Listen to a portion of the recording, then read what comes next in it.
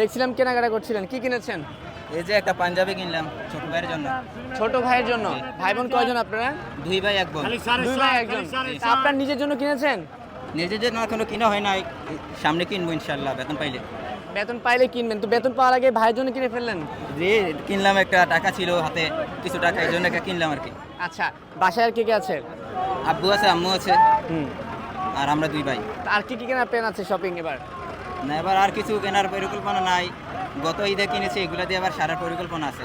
আচ্ছা, একটু যদিও একটু কষ্টের কথা, এই যে বলছিলেন যে এবার কেনার ইচ্ছা নাই, কেন? কোনো সমস্যা, আর্থিক সমস্যা বা কোনো কারণে, কি কারণে? পারিবারিক একটু সমস্যা আছে, কাছে আছে অর্থের, এই জন্য আর কিনা হয়তো না।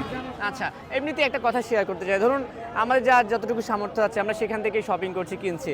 তো এই যে যেমন আপনি আপনার ভাইয়ের জন্য এখান থেকে পাঞ্জাবি কিনেছেন, আবার অনেকে আছে বসুন্ধরা যাচ্ছে, যমুনায় যাচ্ছে, বড় বড় শপিং মলে যাচ্ছে, কখনো কি এটা নিয়ে অপ্রাপ্তি বা আফসোস মনে হয় যে আমিও যদি ওখান থেকে কিনতে পারতাম? না না না, আলহামদুলিল্লাহ, আমার এসব কোনো আফসোস নাই। যতটুকু সামর্থ্য আছে এতটুকুই করতেছি।